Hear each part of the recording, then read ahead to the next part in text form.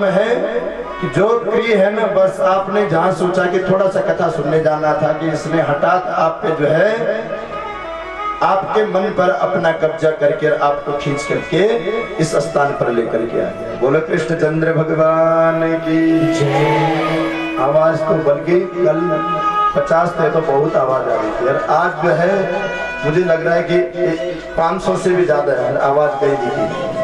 बोलो राधा मैया की। अब सुना ऊपर भगवान नागराज में वो प्रसन्न रहने चाहिए, क्योंकि ग्राम देवता भूमि की भूमियाल है और भाव एक और भी जगता है। खैर मैं तो वोट दे करके और सत्ता में बिठाते हैं, वो आजकल के राजा महाराजा हैं। अगर उनका बुद्धि विवेक सही है तो अपने प्रजा को कोई भी कष्ट नहीं होने देते। सब कार्य जो है तन मन से वो करते हैं। तो भगवान कहते हैं कि जो मन से पूजन और यजन करता है परमात्मा सदैव उसका ऋणी बन जाता है। ध्रुव जी जब असत्य मार्ग पर चलने लगे तो मनु महाराज जी ने आकर के सत्संग करवाया। सत्संग क्या है? संतों का संग। सबसे बड़ा क्या है? संतों का संग। अगर संतों का संग करोगे, सत्संग करोगे तो परमात्मा से जुड़ोगे, और कामियों का लोभियों का संग करोगे तो वैसे ही बन जाओगे। जैसे बोले संगत वैसे रंगत, जैसा पानी वैसी वाणी, और जैसा बोले क्या देश वैसे देश। सुंदर बनो, आनंद से रहो। बिनु सत्संग विवेक न होई, राम कृपा बिनु सुलभ न सोई। बिनु सत्संग विवेक न होई, राम कृपा बिनु सुलभ न सोई। बिनु सत्संग विवेक न होए, राम कृपा बिनु सुलभ न सोई। सत्संग विवेक न होए, राम कृपा बिनु सुलभ न सोई। बिनु सत्संग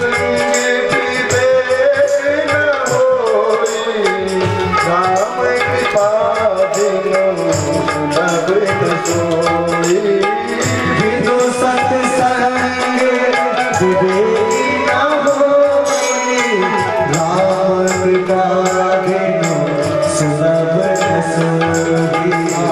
मंगल भवन अमंगल हारी, प्रभु सुदर्शन बजर बिहारी। मंगल भवन अमंगल हारी, प्रभु सुदर्शन बजर बिहारी। तो बिना सत्संग के कभी भी हमारा जीवन धन्य नहीं बन सकता है। जब तक संतों का संग नहीं करोगे तब तक कल्याण होने वाला नहीं है। क्यों?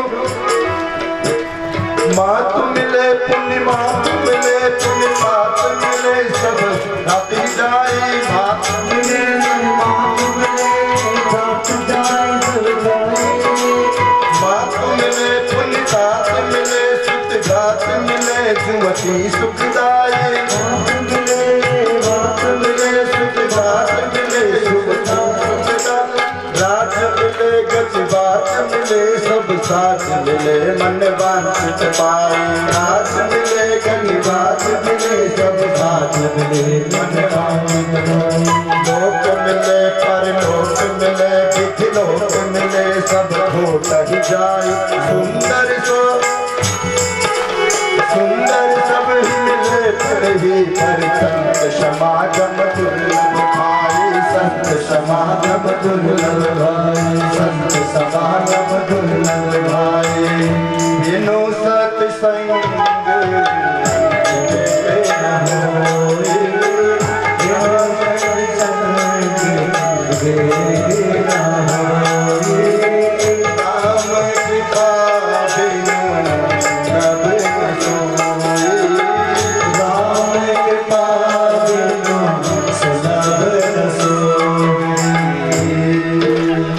बोलो आनंद कंद वृंदावन बिहारी लाल की। अब उत्कल जी के ही वंश में आगे भगवान पृथु जी का अवतार हुआ। ये पृथु कौन है? आज जो है महाराजा बड़े तपस्वी और ज्ञानेंद्र मुनेंद्र महाराज अंग हुए। अंग की शादी यानी अंग का विवाह किससे हुआ? मृत्यु की पुत्री सुनीता से। अंग महाराज जी का विवाह मृत्यु की पुत्री सुनीता से हुआ। इसका कारण क्या हुआ? इतने धर्मात्मा थे अंग, लेकिन मृत्यु पुत्री सुनीता के गर्भ से जो पुत्र हुआ वह दुष्ट निकला। कौन? बैन। जितने इस संसार में सुख थे सारे सुख उसके जन्म लेते ही विलुप्त होने लग गए, सारे सुखहीन होने लग गए। अब तो अंग ने वह प्रदेश ही छोड़ दिया। क्यों? अपने कुपुत्र और ऐसे धृष्ट पुत्र के कारण। लेकिन बैन का अत्याचार बढ़ता गया। बैन का जब अत्याचार बढ़ने लगा तो इसने क्या क्या कि गौ ब्राह्मणों को और संतों को अनेकों प्रकार के दुख देने प्रारंभ कर दिए। कहीं पर अगर भगवान का पूजन हो रहा हो तो वहां पहुंच जाता। अरे अगर पूजन करना है तो बैनाई नमः करो, मेरा पूजन करो, मैं ही भगवान हूं। अगर आहुति दे रहे हो तो क्या कि बैनाई स्वाहा।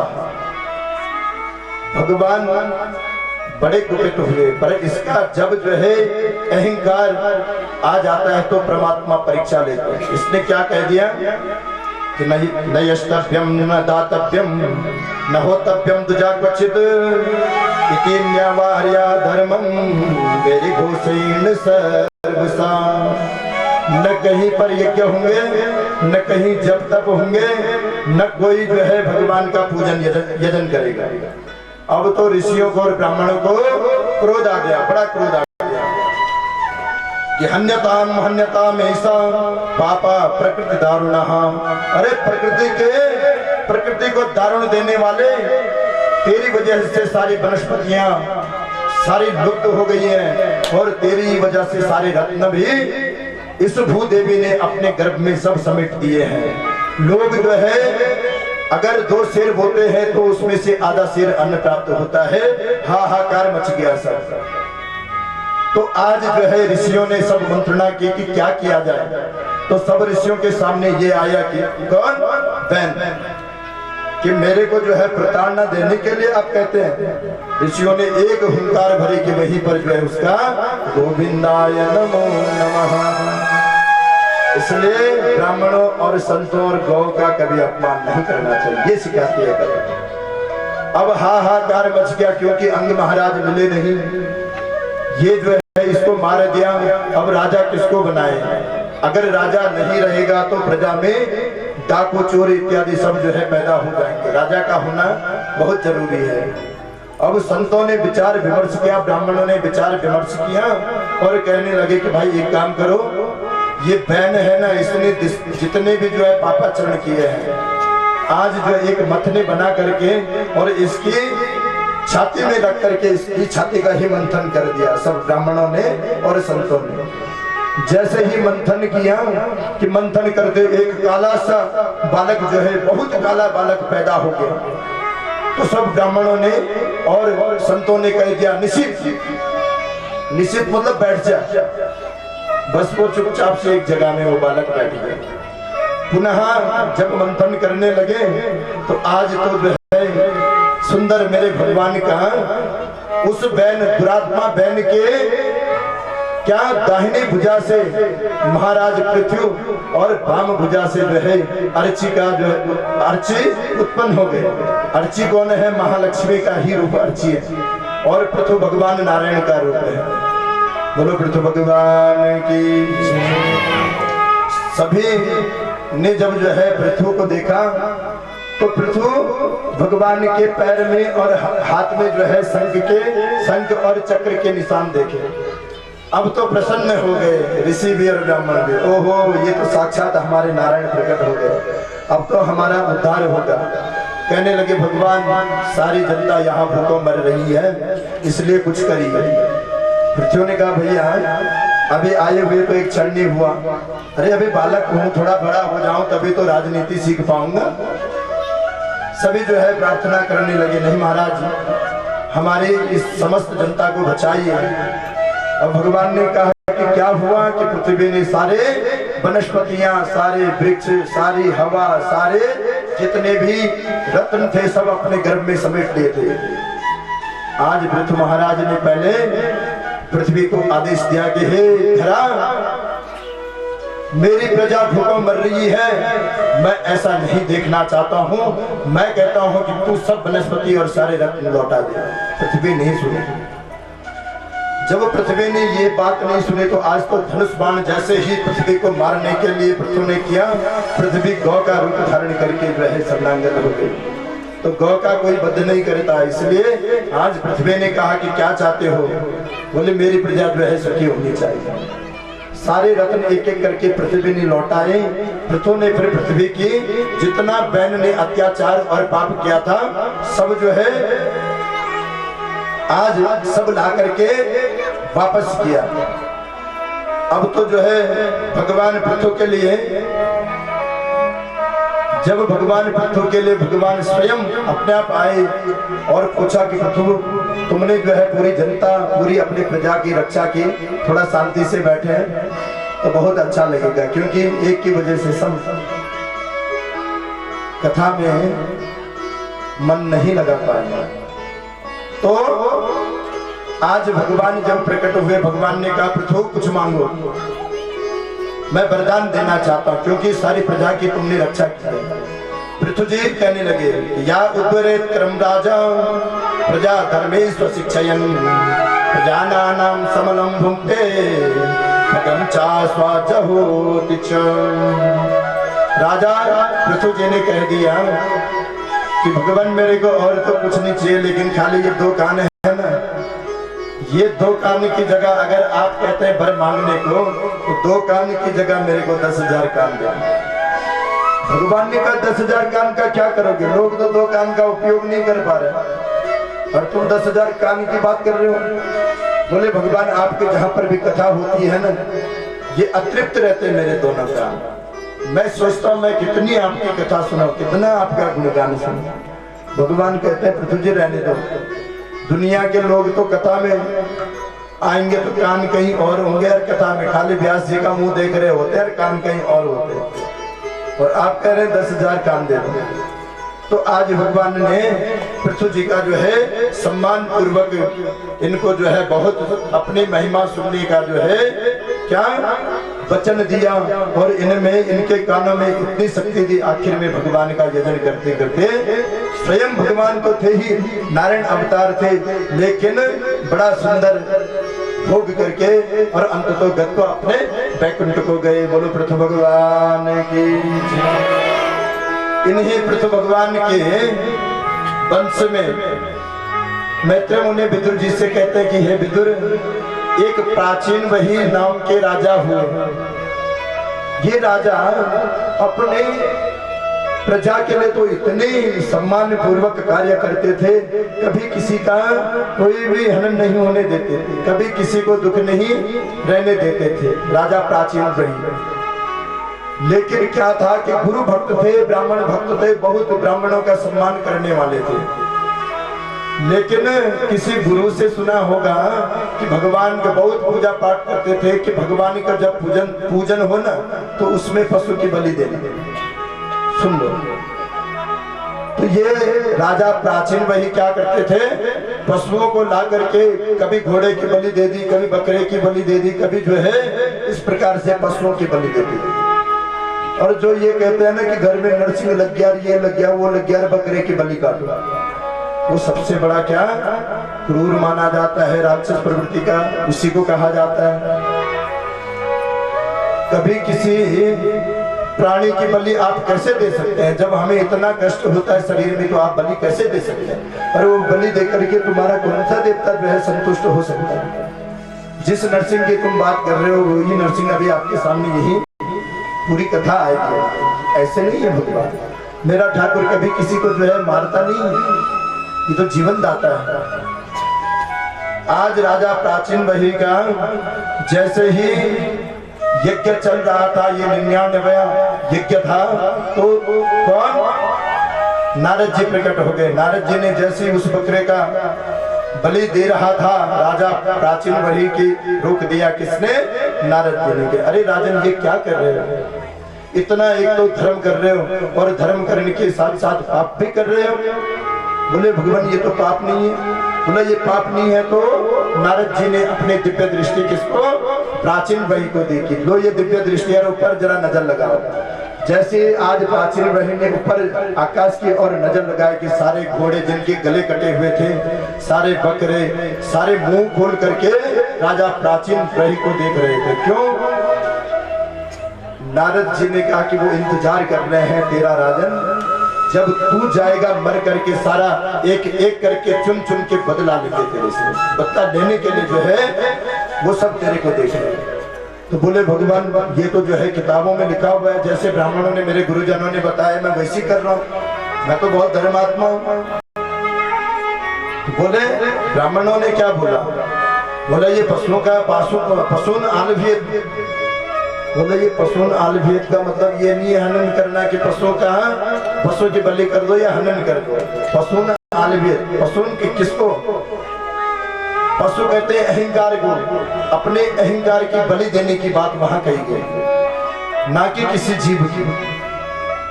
शादियों में भी जब पंडित जी जाते हैं ना, वहां पर भी एक यही आता है शायद कि जो है परम वधु हृदयम आलभेद, कुछ ऐसी है बर वधु हृदयम आलभ्येत। अगर उसका अर्थ ये लगाया जाए कि बर वधु का जो है आलभ्येत का मतलब हनन कर दे तो वही मार देगा, तो विवाह किससे हो जाएगा फिर? तो आलभ्येत का मतलब होता है स्पर्श करना, और पशु का मतलब होता है अहंकार अभिमान, अपने अभिमान को मारना, अपने अहंकार को मारना। ये बताया बड़ा सुंदर भाव यहाँ पर। क्यों? दुष्ट लोग जो होते हैं अपने दुष्टता के कारण जो है ना किसी का उत्कर्ष नहीं देख सकते हैं, ये सबसे बड़ा कारण है। एक जगह एक किताब पे लिखा हुआ था, वेद की किताब थी, और वेद की किताब में लिखा हुआ था कि वेद पढ़ना पाप है, वेद पढ़ना पाप है।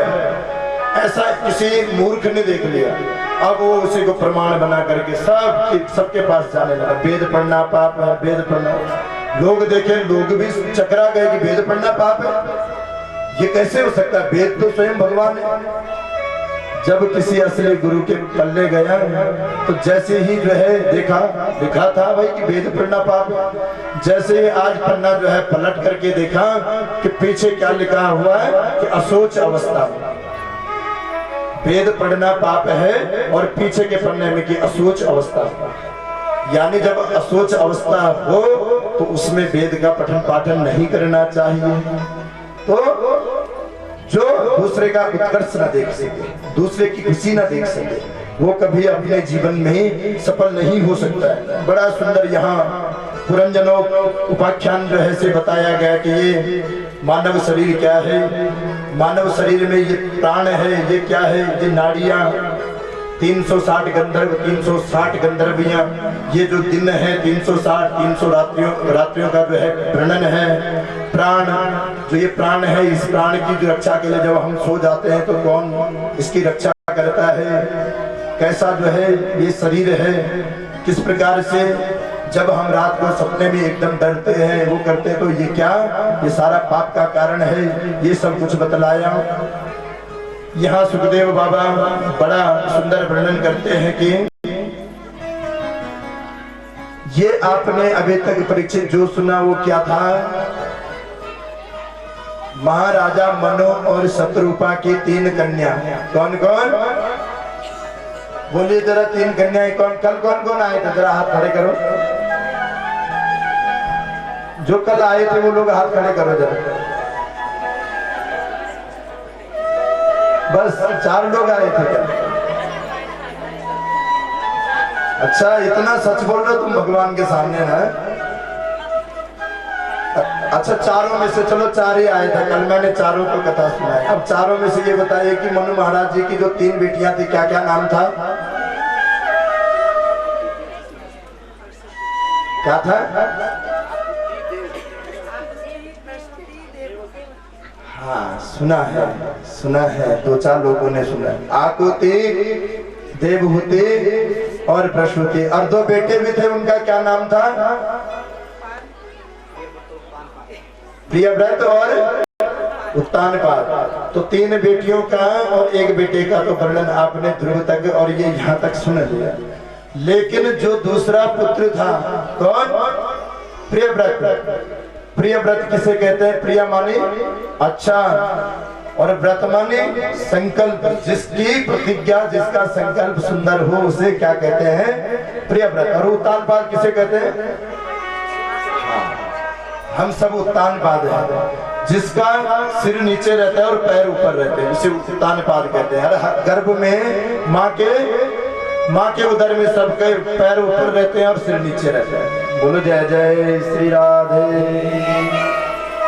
अब है कि बार भगवान चालू का की कथा बोली, तब भी पूछने लगे, तब मैंने ऐसे बतौने नहीं आप लोग ने की कथा। याद रखिए चैलेंज, जब अपने समय लिखते हैं, अमूल्य समय दिने आप लोग न करो, तो भगवान की कथा एक शब्द भी अगर याद रहे तो 100 शब्द पार कर जाओ। आज कोशिश करला, को करला, आज जरा कोशिश सुनने की। हाथ खड़ा करने में संकोच नहीं करें। अच्छा इतना लोगों ने कोशिश करके नहीं हम सुने आए। बोलो जय जय श्री राधे। बड़ा सुंदर भाव यहाँ पर बताया। अब पंचम स्कंद में प्रियव्रत चरित्र का जो है वर्णन करते हुए बाबा सुखदेव कहते हैं, राजन, मनु महाराज के दूसरे पुत्र जो हुए उनका नाम प्रियव्रत था। प्रियव्रत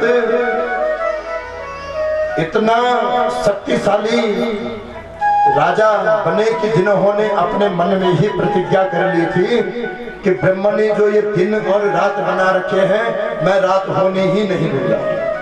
क्योंकि रात में लोग जो है खराटे बजा करके अपना आधा जीवन व्यतीत कर देते हैं, इसलिए मैं रात्रि होने ही नहीं दूंगा। तो क्या रथेन ज्योतिर्मयीन रजनी मपिदिनम करिष्यति। आज एक रथ का, ऐसे दिव्य रथ का, अलौकिक रथ का निर्माण किया और उसमें जब जो है घूमने लगे वो ज्योतिर्मय, तो इस पूरी धरा, पूरी पृथ्वी, पूरा विश्व का जो है भ्रमण करने लगे।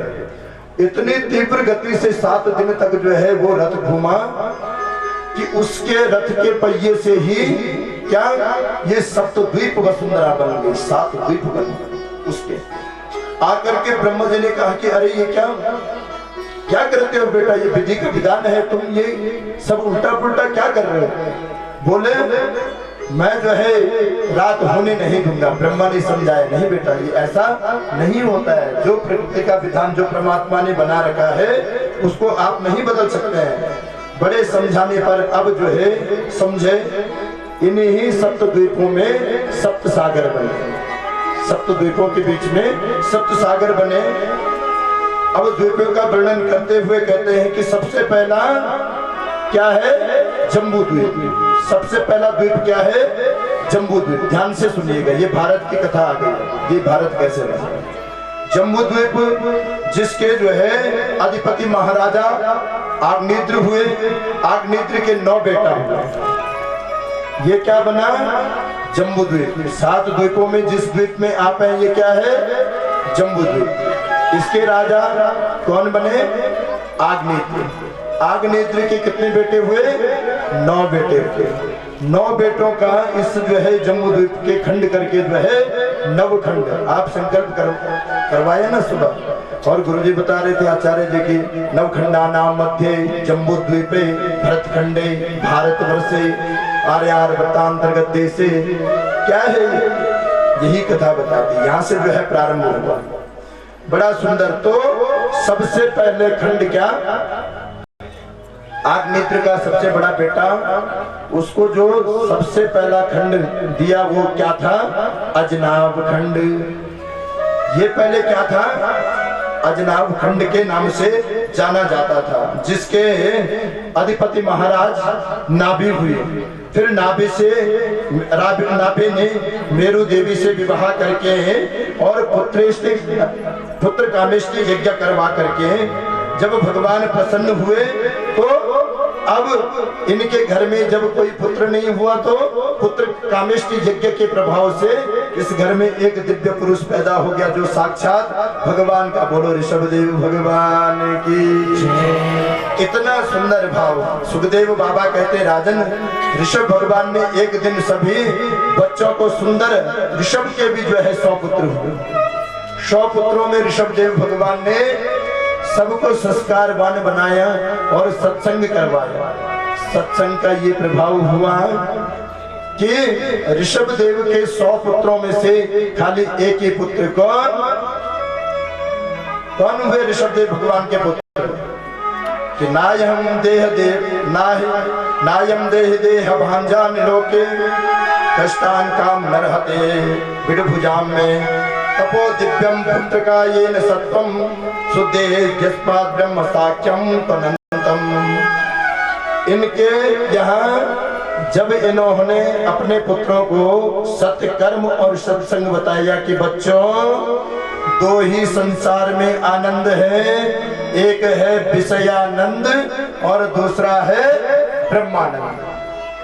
विषयानंद आपको किसी भी योनि में प्राप्त हो जाएगा, होकर सुकर सब विषयानंद। विषय का आनंद कोई भी योनि में प्राप्त हो जाएगा, लेकिन ब्रह्मानंद अगर प्राप्त करना है तो उसके लिए ये ताला जरूरी है। कौन सा ताला? बोले मानव रूपी ताला। अगर इधर खोल दिया तो क्या? विषयानंद। और अगर भगवान की तरफ मोड़ दिया तो ब्रह्मानंद। आज सारे पुत्र जैसे ही गए, सुखदेव बाबा कहते राजन, जैसे परमात्मा को सब भूल जाते हैं। क्यों भूलते हैं परमात्मा को? क्योंकि माया तो परमात्मा की ही है, लेकिन उस माया को आप जो है अपने बस में नहीं रख सकते, इसलिए आप भटक जाते हैं। ये मन बहुत चंचल है, ये मन को समझाना, धिक्कारना, इसको फटकारना बड़ी कठिन बात है। क्या आज जो है जैसे ही ऋषभ भगवान कहते हैं, ऋषभ देव जी का बड़ा सत्कार हुआ। लोग ऋषभ भगवान के दर्शनों के लिए जाया करते थे।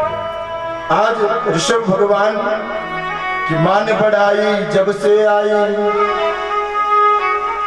पद मिल जाना और वो पद का सदुपयोग न करना, ये संत के लक्षण नहीं है। कितना बड़ा पद मिल जाए, लेकिन अपने पद की गरिमा अगर बनी हुई है, वो पद जो है सार्थक रहता है।